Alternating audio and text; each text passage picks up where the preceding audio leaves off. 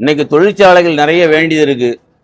இன்னைக்கு பசுமை தொழிற்சாலையாக தாம்பரம் இன்னைக்கு ஸ்டெர்லைட் ஆலை திறக்கிறதுக்கு மாண்புமிகு நீதியரசர் இன்னைக்கு பசுமை தீர்ப்பாயத்துக்கு நம்ம உத்தரவிட்டிருக்கிறார்.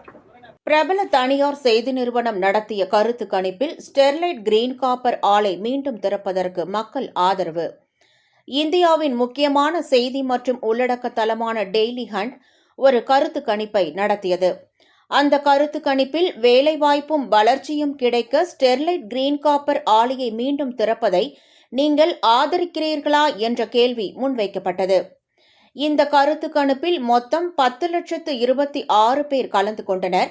அதில் 8,60,022 பேர் ஸ்டெர்லைட் ஆலையை மீண்டும் திறப்பதை ஆதரித்தனர். இது வேலைவாய்ப்பு மற்றும் நிலையான தொழில் வளர்ச்சிக்காக மக்கள் வலுவான ஆதரவை அளித்துள்ளனர் என்பதை தெளிவாக காட்டுகிறது. தமிழக சட்டமன்ற தேர்தல் நெருங்கிக் கொண்டிருக்கும் இந்த சூழலில் மக்களின் உண்மையான தேவைகள் பூர்த்தி செய்ய முடியுமா என்ற கேள்வி எழுந்துள்ளது. இப்போது பொதுமக்களிடையே நடைபெறும் விவாதங்கள் கொள்கை கருத்துக்களை விட வாழ்க்கை தரம், வேலைவாய்ப்பு மற்றும் வளர்ச்சி குறித்து அதிகமாக இருக்கின்றன. இன்றைய வாக்காளர்கள் வெறும் அரசியல் பேச்சுக்களை விட தெளிவான திட்டங்களை விரும்புகிறார்கள். குறிப்பாக வேலைவாய்ப்பு, கொள்கை நிலைத்தன்மை மற்றும் எதிர்கால தடைகளை தவிர்க்கும் பாதுகாப்பு நடவடிக்கைகள் போன்றவற்றுக்கு முன்னுரிமை அளிக்கிறார்கள். இந்த அளவுக்கு வலுவான மக்களின் ஆதரவு இருக்கும் நிலையில் அரசியல் தலைவர்கள் கட்சி அரசியலை விட மக்களின் வாழ்க்கை தரம் மற்றும் பொருளாதார மீட்சியை முக்கியமாக கவனிக்க வேண்டும். அரசியல் கட்சிகள் பாரம்பரிய கருத்தியல் விவாதங்களை தாண்டி தமிழக மக்களின் ஒருங்கிணைந்த குரலை கேட்க வேண்டும். கிரீன் காப்பர் திட்டம் மீண்டும் தொடங்குவதால் கிடைக்கும் நன்மைகள். ஸ்டெர்லைட் ஆலையை மூடியதன் காரணமாக இப்பகுதியில் ஆயிரக்கணக்கான வேலை வாய்ப்புகள் இழக்கப்பட்டன. கிரீன் காப்பர் ஆலையை மீண்டும் செயல்படுத்தினால் அந்த வேலை வாய்ப்புகள் மீண்டும் உருவாகும்.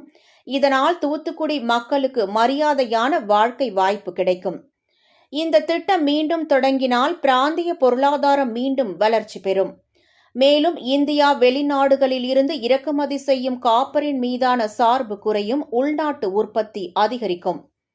கிரீன் காப்பர் திட்டம் தமிழகத்தில் சூழல் பாதுகாப்புடன் கூடிய தொழில் வளர்ச்சிக்கான முன்னோக்கிய திட்டமாக பார்க்கப்படுகிறது. இது மின்சார வாகனங்கள், புதுப்பிக்கத்தக்க ஆற்றல், டிஜிட்டல் தொழில்நுட்பம் போன்ற துறைகளில் தமிழகத்திற்கு புதிய வாய்ப்புகளை உருவாக்கும். ஸ்டெர்லைட் காப்பர் ஆலையை மீண்டும் திறப்பதன் மூலம் தமிழகத்திற்கு புதிய தலைமுறை தொழில்நுட்பங்களில் முன்னோடி மாநிலமாக உருவாக்கும் வாய்ப்பு கிடைக்கும். இதன் மூலம் சுற்றுச்சூழலுக்கு உகந்த தொழில் வளர்ச்சியில் முன்னுதாரண மாநிலமாக தமிழகத்தை மாற்ற முடியும். இத்திட்டத்தின் முக்கிய இலக்குகளில் ஒன்று இந்த ஆலையை நீரை அதிகம் பயன்படுத்தும் நிலையிலிருந்து நீரை உருவாக்கும் நிலையாக்க மாற்றுவது ஆகும். மேலும் சமூக நலத்திற்காக 100 கோடி நிதி உருவாக்கி தொடர்ந்து சமூக முதலீடுகள் செய்யவும் திட்டமிடப்பட்டுள்ளது. இதன் மூலம் சுற்றுச்சூழல் பாதுகாப்பும் தொழில் வளர்ச்சியும் ஒன்றாக இணைந்து செயல்பட முடியும் என்பதை தமிழகமே உலகிற்கு எடுத்து காட்ட முடியும். இன்னைக்கு தொழிற்சாலைகள் நிறைய வேண்டியது இருக்கு. இன்னைக்கு பசுமை தொழிற்சாலையாக தாம்பரம் இன்னைக்கு ஸ்டெர்லைட் ஆலை திறக்கிறதுக்கு மாண்புமிகு நீதியரசர் இன்னைக்கு பசுமை தீர்ப்பாயத்துக்கு நம்ம உத்தரவிட்டிருக்கிறார். இதை நாங்கள் வரவேற்கிறோம். தொழிற்சாலைகள் ஊக்குவிக்கிறதுக்கு, தொழில் நிறைய பெருகிறதுக்கு தொழிற்சாலைகள் நிறைய வேண்டும். இன்னைக்கு பசுமை தீர்ப்பாயத்தில் கொண்டு வந்த தீர்ப்பாயத்தில் அவங்க என்ன எப்படி தயார் பண்ணணும், எப்படி உற்பத்தி கொண்டு வரணும், எப்படி தொழிற்சாலை ஆரம்பிக்கணும்னு சொல்லி தெளிவாக சொல்லியிருக்காங்க. சுற்றுச்சூழல்கள் எப்படி இருக்கணும்னு சொல்லியிருக்காங்க.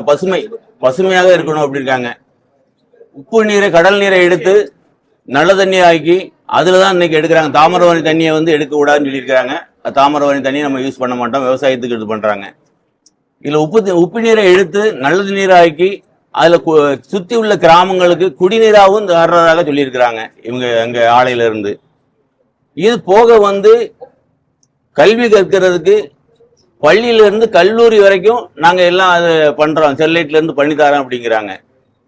சாலை வசதிகளும் நல்ல தரமான சாலை வசதிகள் பண்ணித்தரேன்னு சொல்கிறாங்க. சுகாதாரத்துக்கு ஆஸ்பத்திரி கட்டித்தரேன்னு சொல்கிறாங்க. இதில் ரொம்ப முக்கியமானது என்ன பண்ணுறாங்கன்னா, உள்ளூர் பக்கத்து கிராமங்களில் உள்ளவங்களுக்கு வேலை வாய்ப்புகளை முதல்ல கொடுக்கணும் அப்படிங்கிறாங்க. நாங்களும் அதை வரவேற்கிறோம். நாங்களும் அதான் சொல்லிட்டு இருக்கோம். பக்கத்து ஊர்களில் உள்ளூர் மக்களுக்கு வீரபாண்டியாபுரம், காயல் ஊர்னி, அடுத்து உள்ள ஊர், புதியமுத்தூர், கோட்டைப்பிடாரம், இப்படி பக்கத்தில் இங்கே இருந்து முதல்ல ஒவ்வொரு ரவுண்டா இந்த சக்கரை யுகம் மாதிரி ஒரு ரவுண்டு, சின்ன ரவுண்டு, பெரிய ரவுண்டுங்கிற மாதிரி முதல்ல பக்கத்து ஊர்களுக்கு வேலை கொடுத்து, கொஞ்சம் தள்ளி உள்ள ஊர்களுக்கு வேலை கொடுத்து, தூத்துக்குடி வரைக்கும் எல்லாத்துக்கும் வேலை கொடுத்தாச்சுன்னா உள்ளூர் மக்களுக்கு என்னன்னு தெரியும், இல்லை அங்கே என்ன நடக்கு, என்ன பண்றாங்கன்னு தெரியும்.